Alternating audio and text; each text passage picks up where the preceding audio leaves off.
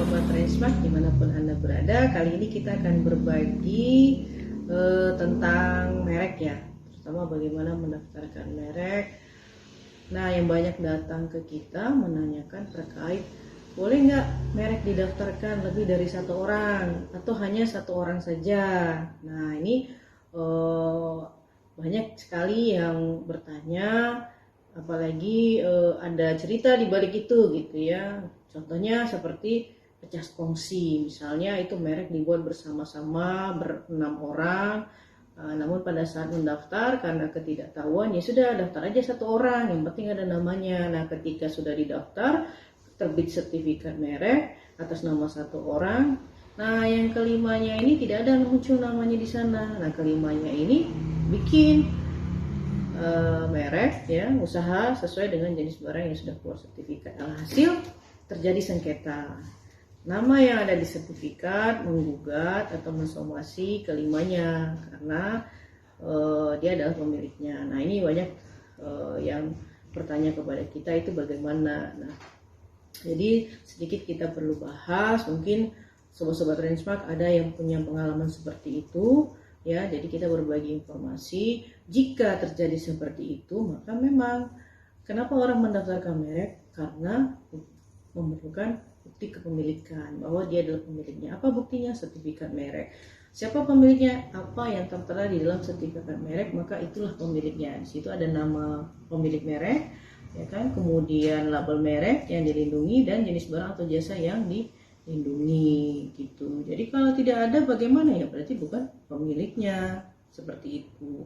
Nah, oleh karenanya mendaftarkan merek itu dari awal sudah harus ditentukan pemohonnya siapa ya. Jadi pemohon merek ini boleh lebih dari satu orang, boleh 2 orang, boleh 3 orang, boleh 4 orang, karena memang ya merek itu diciptakan atau jadinya dibuat oleh berempat atau berenam orang. Nah, itu boleh dimasukkan dalam sebagai pemohon merek gitu ya. Jadi tidak mesti harus satu orang seperti itu. Nah, terkait hal yang tadi yang hanya satu saja, yang memang resikonya kan seperti itu. Nah, oleh karenanya dari awal sudah pastikan dulu pemohon mereknya siapa, ya kan, berapa orang, kemudian jenis barang atau jasanya apa, ya. Nah, baru lakukan pengecekan di website database mereknya DJKI. Untuk apa? Untuk menghindari penolakan merek dari DJKI. Seperti itu. Nah, ini kita kasih contoh seperti apa sih bukti kepemilikan merek, yaitu sertifikat merek ya. Contohnya seperti kita Transmart itu dilindungi di kelas jasa, yaitu kelas 45. Nah, sertifikat mereknya seperti ini. Nah, seperti ini ya. Jadi ini ada nama dan alamat pemegang mereknya, nama, kemudian tanggal, nama pendaftaran, label mereknya, jangka waktu. Nah, jangka waktu perlindungannya itu 10 tahun ya, 10 tahun dan bisa diperpanjang. Nanti perpanjangnya 6 bulan sebelum berakhir. Nah, yang paling penting lagi adalah di sini jenis barangnya atau jenis jasanya. Apa sih yang dilindungi? Artinya apa? Bahwa merek ini dilindungi untuk jasa yang ada di sini. Jadi apabila ada pihak lain yang menggunakan merek yang mirip dengan ini ya, untuk jenis jasa seperti ini bisa dituntut baik perdata maupun pidana dengan adanya bukti kepemilikan. Nah, ini sertifikat merek yang lama ya, yang tahun 2017. Kalau yang baru sekarang modelnya sudah beda karena sudah elektronik ya, tidak lagi dicetak oleh DJKI tapi menggunakan sertifikat elektronik.